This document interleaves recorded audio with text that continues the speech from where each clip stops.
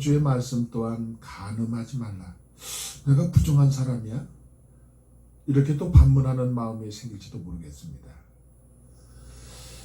오늘도 유쾌하지 못한 주제이기는 하지만 우리가 피해갈 수 없는 말씀이기도 하죠. 얼마 전에 좀 꽤 오래된 사건인데 프랑스에 있는 어떤 박물관에 작품 하나가 도둑을 당했어요. 그것은 눈썹이 없는 여인의 그림인데 그게 무슨 그림인지 알죠? 모나리자 그림이죠. 이 도둑을 맞은 자리가 이게 텅 빈 채 놓여 있었는데 굉장히 이상한 일이 생겼어요.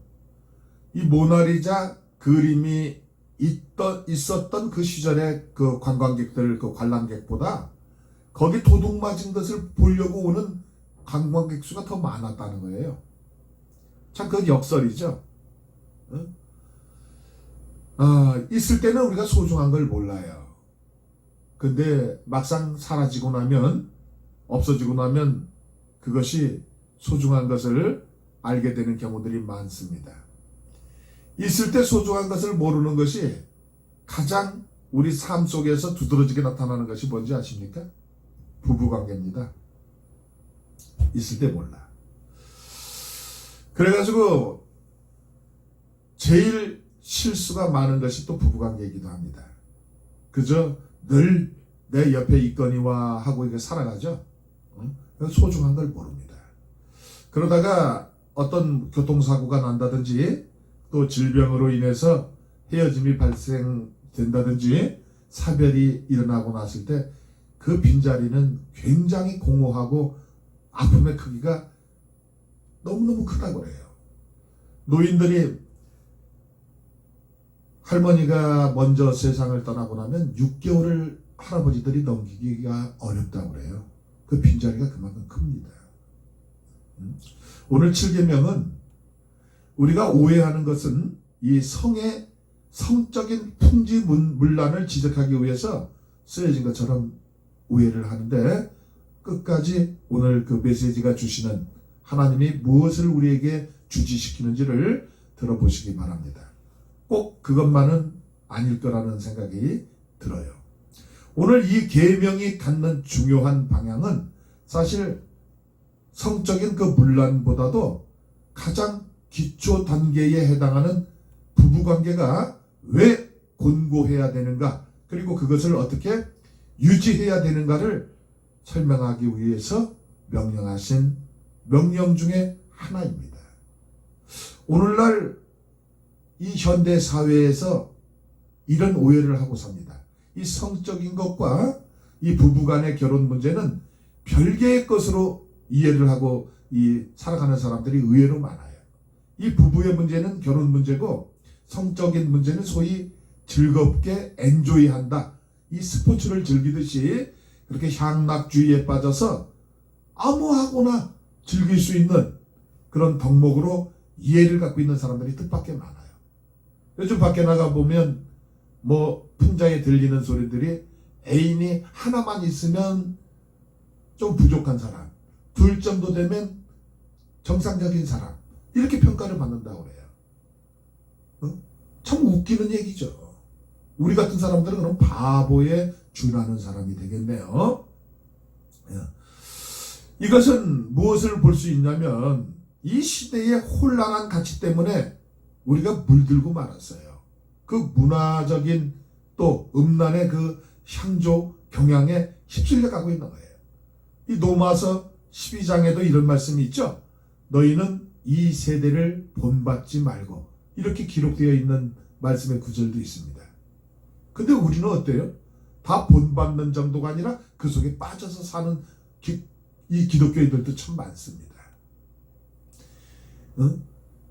그것을 가장 앞장서서 부채질을 하는 게 방송 매체입니다. 영상과 TV들.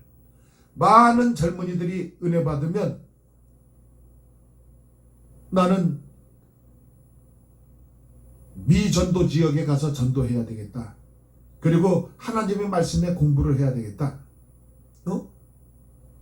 이렇게 신학을 간다든지 선교사를 간다든지 이런 꿈을 가지고 있는데 사실 그것도 좋은 거지만 저는 그렇게 생각하지 않아요. 그것보다도 이 사회의 일원으로서 또 이 방송 매체를 담당하는 PD나 작가 선생들이 돼서 그것을 좀 기독교적으로 성경적으로 원래의 말씀대로 좀 돌아가는 일들이 일어났으면 하는 바람들이 있습니다. 자, 본문을 한번 다시 볼까요? 요즘 젊은이들 가운데 아주 무참하게 깨어져 버린 것이 혼전 순결 문제예요. 지금 그런 얘기하면 쾌쾌 먹은 노인네 같은 이야기를 한다고 지적을 받고 조롱을 받죠. 예? 감각이 아주 떨어졌거나 꼴통품이라고 취급받는 경우도 있을 수 있습니다. 자, 그러면 성경은 무엇라고 이야기하는가? 저는 좀 바보스럽고 감각이 좀 떨어진다고 누가 저를 흉봐도 괜찮아요. 이 세상의 경향과 이 풍조에 대세에 뒤떨어지는 거 괜찮습니다. 관심 없어요. 중요한 것은 목사로서 성경은 어떻게 이야기하는가를 저는 성도들과 우리 동역자들과 함께 공부하는 제자 공동체에게 전해야 될 의무가 있어요. 그래서 창세기 2장을 한번 보도록 합니다. 창세기 2장. 창세기 2장 24절을 한번 봅니다. 창세기 2장 24절. 이러므로 남자가 부모를 떠나 그의 아내와 합하여 둘이 한 몸을 이룰지어다. 이러므로 남자가 부모를 떠나서 이게 무슨 말을 하는 걸까요? 부모를 떠나라. 이게 바로 결혼이라는 분기점을 이야기하는 거예요. 우선 결혼은 사람과 사람이 하는 것이 아니라 누가 누구와 하는 것이죠. 결혼은 남자와 여자가 하는 거예요. 자, 여기를 보니까 남자가 부모를 떠나 결혼 이야기를 하는 것을 볼 수 있어요. 그 다음에는 그의 아내와 합하여 둘이 한 몸을 이룰지어다. 육체관계를 이야기하는 거죠. 이 성경은 명백하게 선명한 기준을 오늘 이 시간 우리에게 던져주는데, 모든 성적인 관계와 육체적인 관계는 부부관계를 떠나서 이루어지는 것은 절대 안 됩니다. 혼전관계도 안 돼요. 요즘 이런 것을 강조하는 목사나 교회가 어디 있냐고 구세대적인 목사라고 손가락질 받는 수도 있겠지만, 저 역시도 성경을 잘 지키지 못한 후회와 회개가 있기 때문에 절대로 해서는 안 된다는 것을 다시 한번 재삼 강조해주고 싶습니다. 이 부족하지만 아비의 마음으로 저와 이 말씀을 듣는 모든 이들에게 함께 회개하고자 생각이 듭니다. 이 결혼 전의 모든 육체적인 관계는 죄예요. 성경은 이렇게 기준을 제시하고 있어요. 이 두 번째도 결혼을 해서 모든 육체적인 관계는 다른 여인과 갖는 관계는 역시 간음입니다. 이 두 가지를 선명하게 기억하시고 우리는 지켜야 됩니다. 첫째, 혼전관계. 두 번째, 부부관계를 떠난 어떤 육체관계도 죄고 간음입니다. 지금 우리나라 법률적으로 간음죄가 없어지고 말았어요. 너무 통탄스럽고 부끄러울 정도로 기성세대로서 이런 법관들의 어떤 무질서한 어떤 법의 조항을 만들어 간다는 사실이 정말 가슴에 한 곳이 메어질 정도로 아프기도 합니다. 자, 자기 아내나 남편과 잠자리를 하지 않고 타인과 하는 것, 이거 무슨 성경 말씀에 주석이 필요하고 거기 더 이상 보충 설명이 필요하겠습니까? 오늘 이 주제는 유쾌하지 않지만 우리 모두가 들어야 돼요. 이 고대 사회는 왜 하나님이 명령으로 이런 계명을 담아내야 했을까? 우선 레위기 20장 10절부터 제가 말씀해 드리게요. 레위기 20장 10절 한번 보도록 하겠습니다. 제가 봉독해 올릴게요. 누구든지 남의 아내와 간음하는 자, 곧 그의 이웃의 아내와 간음하는 자는 그 간부와 음부를 반드시 죽일지니라. 어? 누구든지 남의 아내와 간음하는 자는 남의 아내와 관계를 맺으면 안 됩니다.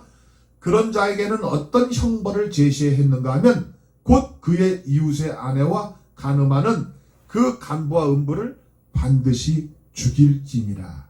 이렇게 기록이 되어 있어요. 너무너무도 무섭기도 하고 단호하죠. 성경은 세 가지 죄에 대해서 여지가 없어요. 첫 번째가 우상 숭배입니다. 그리고 살인, 그리고 그 다음으로 간음이에요. 이 두 번째 11절, 누구든지 그의 아버지의 아내와 동침하는 자는 그의 아버지의 하체를 범하였은즉 둘 다 반드시 죽일지니 그들의 피가 자기들에게 돌아가니라.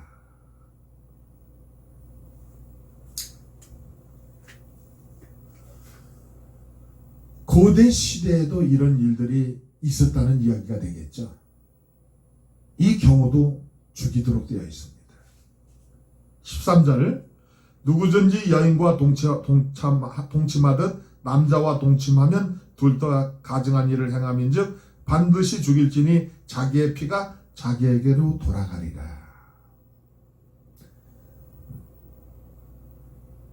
이 율법은 남성 중심 사회에서 남자들에게 쓴 말씀이죠. 이 당시에는 여자는 사람 취급을 받지 못했어요. 그래서 여자들은 남자들의 시각에서는 하나의 재산이고 소유물처럼 취급되었기 때문에 오늘 이 말씀은 전부 남자들에게 제시하는 하나님의 말씀이에요. 누구든지 여인과 동침하듯 남자와 동침하면, 이건 공교롭게도 이 시대에도 동성연애가 존재했다는 이야기가 되겠죠.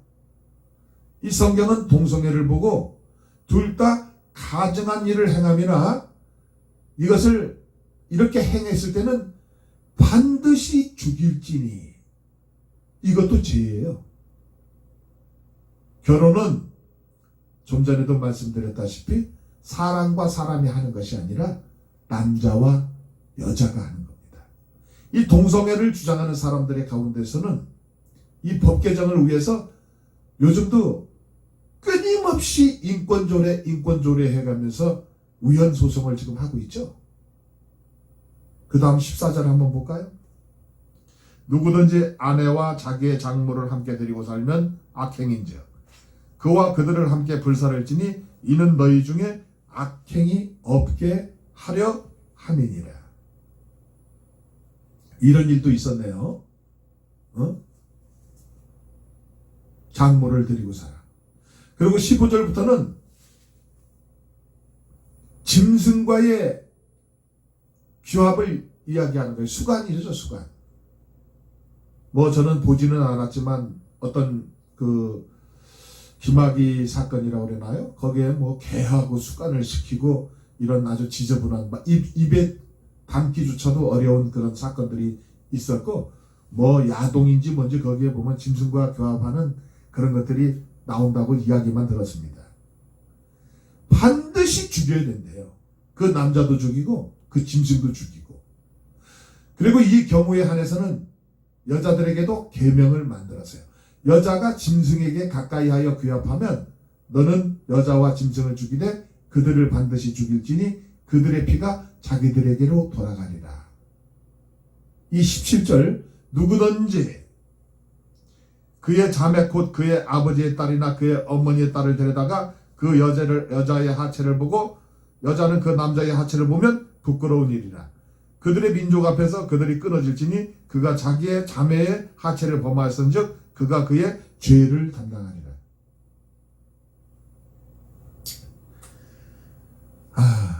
왜 아버지의 딸이나 어머니의 딸이라고 표현했을까요? 이런 경우에는 양자가 재혼한 경우에 먼저 결혼 생활 속에서 태어난 자식들을 이야기하는 것이죠. 그들이 부모의 결합으로 함께 한 형제가 되고 자매가 됩니다.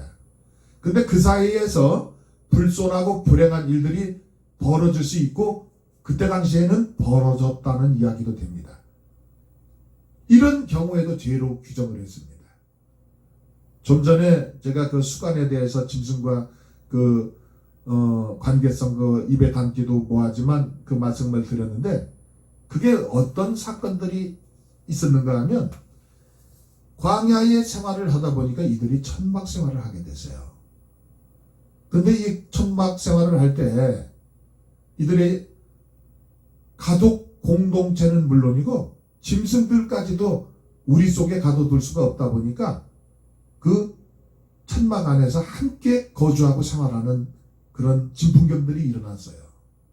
그러다 보니까 도망치고 광야에서 하염없이 불기둥, 구름기둥을 보면서 움직이면서 성적인 욕구를 채울 길이 없다 보니까 장모하고 사위가 그런 일들이 벌어지고, 지금 오늘 이 계명 속에 담겨진 그 현장들이 실제로 일어났던, 짐승과도 그런 관계가 일어나고 이랬던 그 역사가 지금 우리는 성경을 통해서 볼 수가 있었습니다.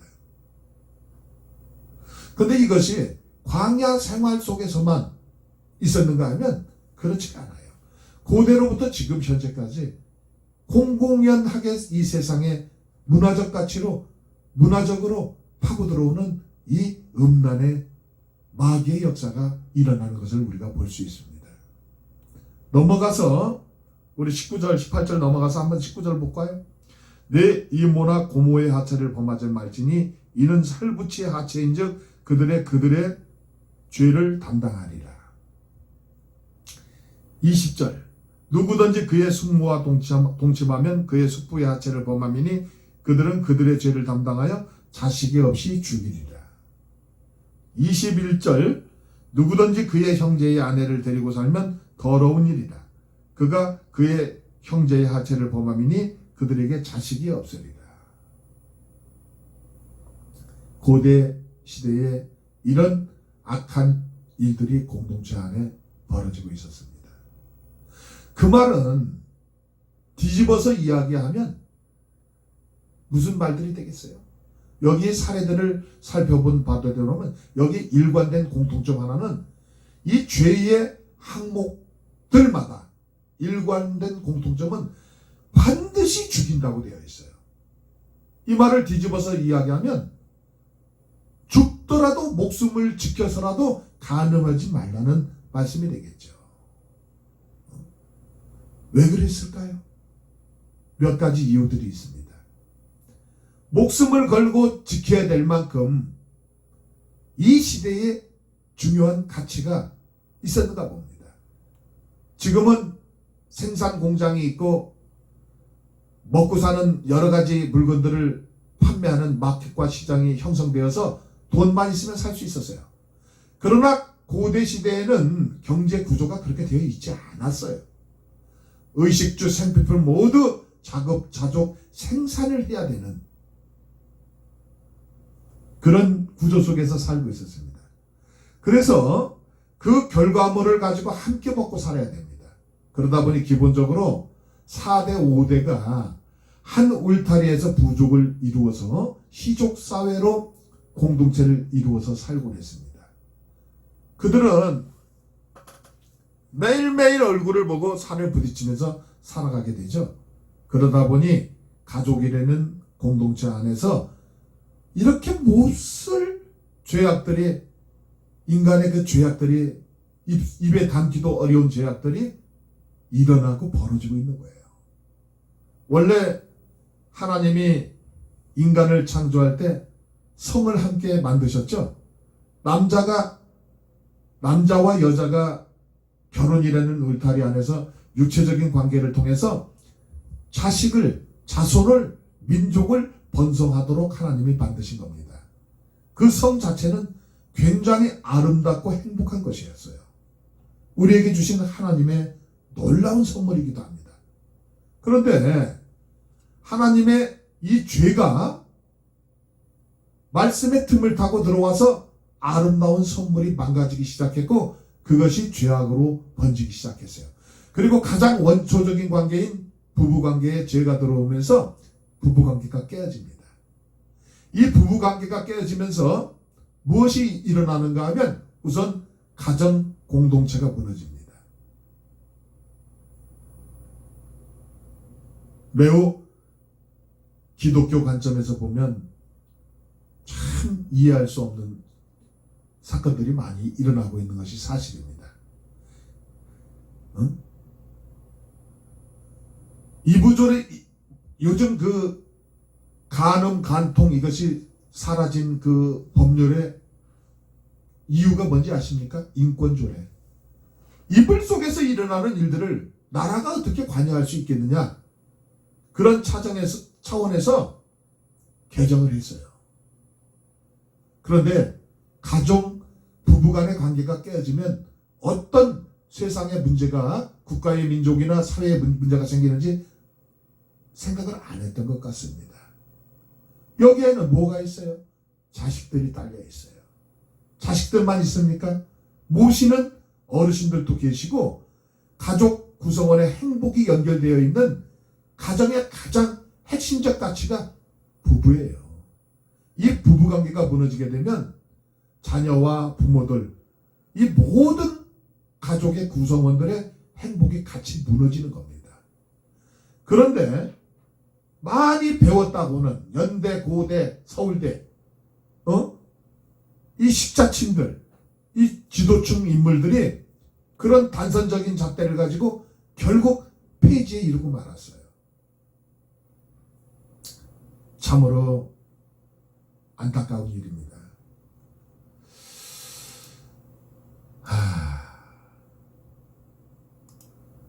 남자들은 이 간음죄, 간통죄 폐지되니까 술집에서 박수치고 환호했다고 그래요.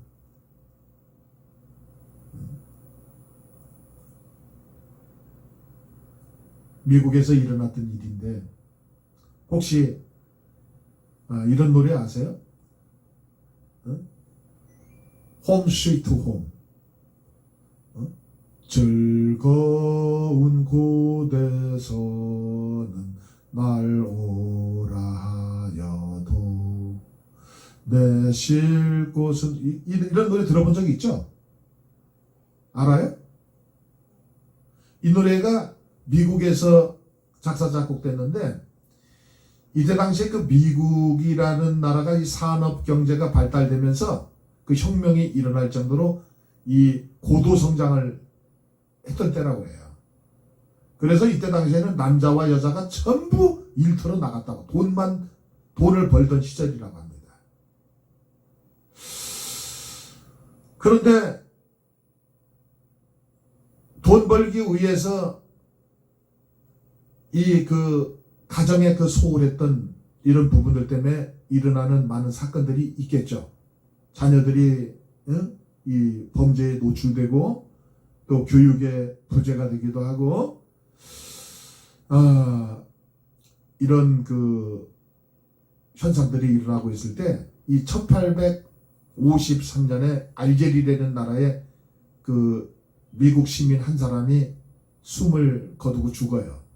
그 평범한 미국 시민이 알제리 땅에서 죽었다고 해서 미국이 무슨 관심을 갖겠어요? 그냥 소리와 소문도 없이 묻혀지고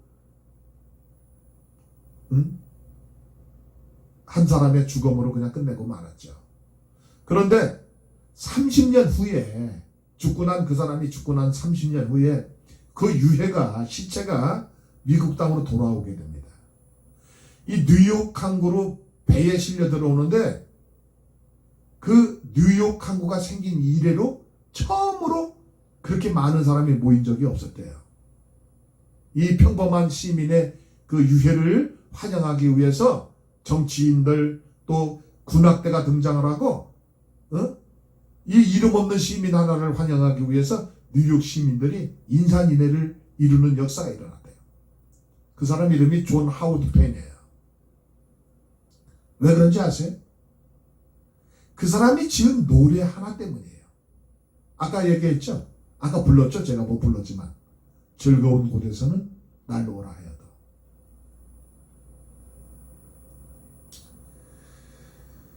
이 노래를 유행가처럼 유행성을 가지고 번지다 보니까 예전에 가난했던 시절에 가족이 함께 모여서 오손도손 앉아서 과일을 깎아 먹고 고구마를 구워 먹고 이런 시절이 그리웠던 거예요.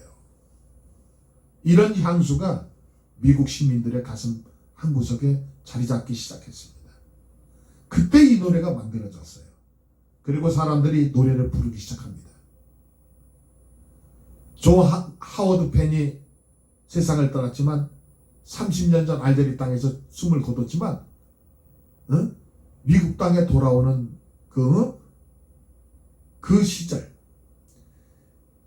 그때부터 미국 대통령 후보들은 대통령만 나가게 되면 공통적으로 내걸었던 캐치플레이어가 패밀리 밸류, 가족의 가치. 만약에 여러분, 국민 여러분, 내가 당선되면 여러분들의 가정에 행복을 드리겠습니다. 책임지겠습니다. 이 구호가, 이 주제가 빠지지 않았다고 합니다. 그걸로 가장 성공을 거두었던 것이 레이건 대통령입니다. 레이건은 두 가지를 주장했는데, 강력한 미국과 미국 국민의 행복, 가정의 행복이었어요. 지금 우리는 21세기를 맞고 있는데 지금 이 시대가 가장 혼란스러운 시기가 아니라고 말할 사람은 없습니다. 그래도 이 혼란 시대를 마지막, 이 국가도 지금 위기에 처해 있죠. 좌파 우파, 진보 보수. 지금 국가적인 사상 문제, 이데아의 문제나 사상 문제나 어떤 이념의 문제들이 마지막 보루는 교회일 수밖에 없어요. 말씀 외에는 이것을 원점으로 되돌릴 길이 없습니다. 그러면 이야기를 다시 원점으로 돌아가서 그렇게 부부간의 순결과 가족의 순결을 지켜내야 했던 또 하나의 이유가 있었어요. 여기에는 구속사적인 그림이 담겨져 있기 때문이에요. 우리 같이 신약으로 한번 넘어가 볼까요? 마태복음 1장 18절 한번 봅니다. 마태복음 1장 18절. 제가 봉독해 드리겠습니다. 예수 그리스도의 나심은 이러하니라. 그의 어머니 마리아가 요셉과 약혼하고 동거하기 전에 성령으로 잉태된 것들이 나타났으니, 예수 그리스도의 나심은 이러하니라. 그의 어머니 마리아가 요셉과 뭐 했다고 되어 있어요? 약혼하고 동거하기 전에 성령으로 잉태된 것이 나타났다. 이렇게 되어 있어요. 이 히브리인들의 결혼 그 과정은 굉장히 특별하고 독특합니다. 이 세계에 유례가 없는 긴 과정, 1년의 결혼식을 합니다. 1년간. 유대인의 결혼법, 2번 결혼하죠. 식을 2번 한다는 이야기예요. 첫 번째는 신부 집에서 합니다. 그래서 이 결혼식은 성경에서 정혼 내지 약혼이라고 표현을 하는데 우리나라의 약혼식과는 개념이 많이 다르죠.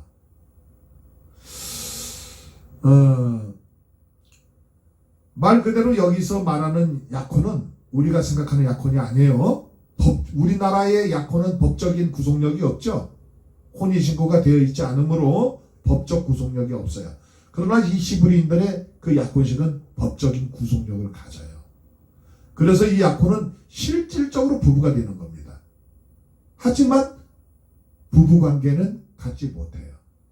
이 약혼을 하고 신랑은 자기 집으로 돌아가요. 그리고 한 1년쯤 신부와 헤어져 있게 되죠. 각자의 집에서. 신부는 헤어져 있는 동안 신랑이 무엇을 좋아하는지, 신랑 측 부모님들은 무엇을 좋아하는지, 그 가정의 가훈은 어떤 것인지, 가풍은 어떤 것인지 수업을 받습니다. 그리고 신랑은 집을 짓기 시작하죠. 그때부터. 어떻게? 아버지가 시키는 대로. 그리고 아버지가 신부를 데리고 오라고 할 때까지 집을 짓습니다. 언제 데리고 오라고 할지 아들은 알지 못해요. 그래서 예수님이 그날은 나도 모른다. 아버지가 자기의 권한에 두었다고 이야기하시죠. 그래서 예수님이 제자들이 선생님 어디 가십니까? 하니까 뭐라고 했어요? 지금은 내가 알지 못하지만 내가 너희를 위하여 처소를 예비하러 가노니 이렇게 말씀하신 거 알잖아요. 그게 무슨 말씀인지 아세요? 신랑 대신 예수가 신부를 데려오는 이스라엘 히브리인들의 그 결혼 풍속 속에 구속사를 담고 있는 그 말씀이에요. 그 처소는 바로 신부를 데려다가 살 집을 준비한다는 그 말입니다. 그 신랑에게 아버지가 야 이제 됐으니까 신부를 데려와라 이렇게 명령하면 친구들과 함께 가서 데려오게 되죠. 지금 마리아와 요셉은 정혼 기간에 지금 있어요. 근데 어느 날 신부의 배가 부르기 시작해. 정혼 기간인데 잠자리를 할 수가 없는데 법적으로 육체적 관계를 맺을 수 없는 그런 시기인데 둘이가 부부관계를 한 적이 없는데 아내의 배가 불러오는 거예요. 이때 요셉의 반응이 어땠을 것 같아요? 19절 1장 19절 그의 남편 요셉은 무슨 사람이라? 의로운 사람이라. 여기서 말하는 의롭다는 말은 justice, 그런 정의롭다 이런 것을 이야기하는 걸까요? 절대 아닙니다. 그런 정의라면 요셉은 아내의 불륜을 확인하는 순간 히브리 법에 따라서 돌에 맞아 죽도록 해야 되는 거예요. 진짜 법을 지키는 정의롭다면. 근데 여기서 말하는 의는 그 저스티스, 그 의보다 더 높은 의, 바로 자비를 이야기하는 거예요. 자비. 그래서 요셉이 그를 드러내지 아니하고 가만히 끌고자 해요. 아내에게 무슨 안 좋은 일이 생겼다고 생각해서 조용히 헤어지려고 했어요. 그때 주의 사자가 현몽을 하죠. 우리 20절 제가 읽겠는데 한번 보세요. 이 일을 생각할 때 주의 사자가 현몽하여 이르되 다윗의 자손 요셉아 내 아내 마리아 데려오기를 무서워하지 말라. 그에게 잉태된 자는 성령으로 된 것입니다. 여기 주의 사자가 요셉을 부를 때 뭐라고 불렀어요? 다윗의 자손 요셉아.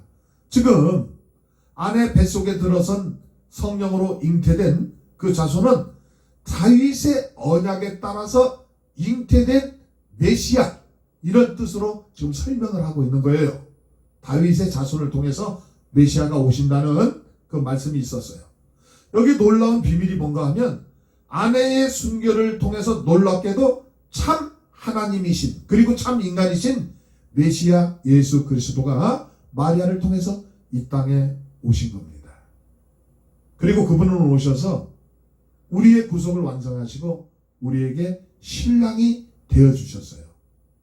그리고 어느 날 갑자기 우리가 그분의 뭐가 됐어요? 신부가 됐어요.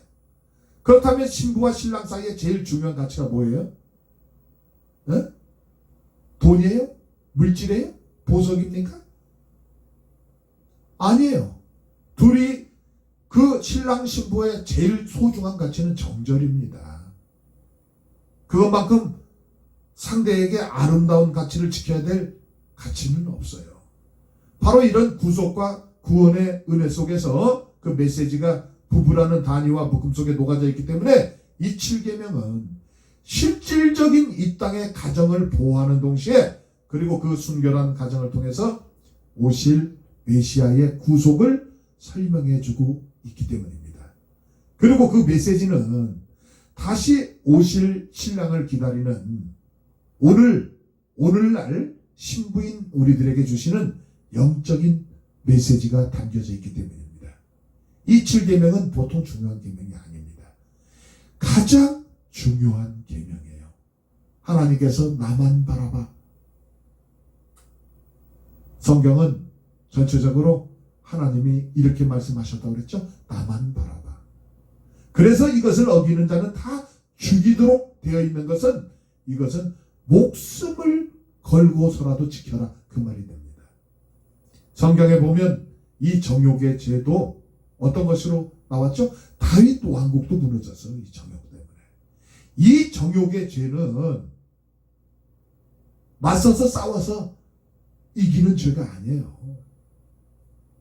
어떻게 해야 되느냐? 도망쳐야 됩니다. 그 환경과 그 현장을 피해야 되는 거예요. 성경에서 이 대표적으로 피했던 그 샘플이 누군지 아세요? 요셉이죠. 보디발의 아내가 어떻게 했어요? 성경에 보면 기가 막힌 단어가 하나 있어요. 날마다 요구했다. 이렇게 그래서 성경에 기록되어 있어요. 이 요셉이 이때 어떤 시기예요?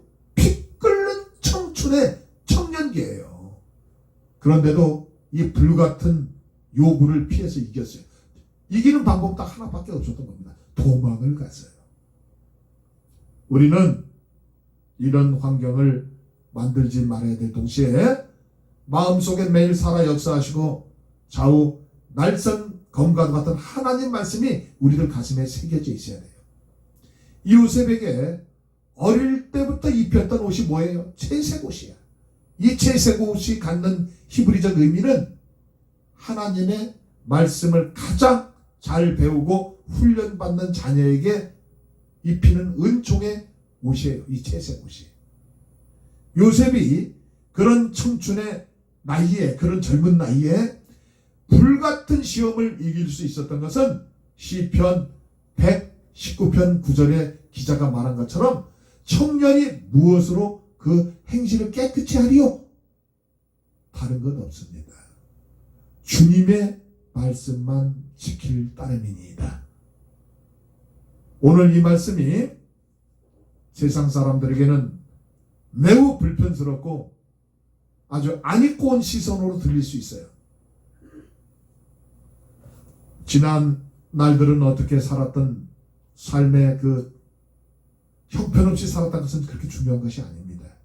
이제부터라도 하나님 말씀을 깨닫고 하나님의 말씀을 들었다면 그 말씀대로 이제는 예수님의 신부로, 그리스도의 신부로 신앙의 정절을 지키면서 부부관계 외에는 모든 육체적인 관계는 있어서는 안 됩니다.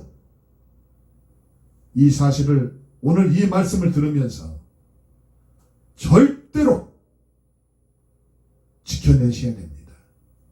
순종하셔야 됩니다. 그리고 버텨내야 됩니다.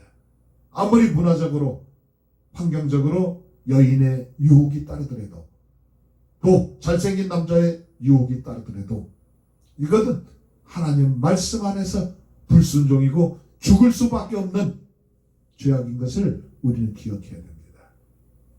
이런 말들도 있더라고요. 마누라 둘 가진 사람 똥은 개도 안 먹는다. 그게 무슨 말씀인지 압니까? 행복하고 즐거울 육체적 관계 속에서 그것이 쾌락인 것 같지만 거짓말하고 속여야 되고 또 두 사람을 관리해야 되는 경제적 문제가 얼마나 따르겠어요. 속이 썩어서 그 사람이 가지고 있는 똥은 개도 안 먹는다는 얘기예요. 이 말씀 제가 말씀 중에 지저분한 이야기까지 했는데 지저분하게 듣지 마시고 진짜 우리는 순결을 지켜야 되는 그런 그리스도인들이구나 하는 그런 결단이 일어나기를 빌겠습니다.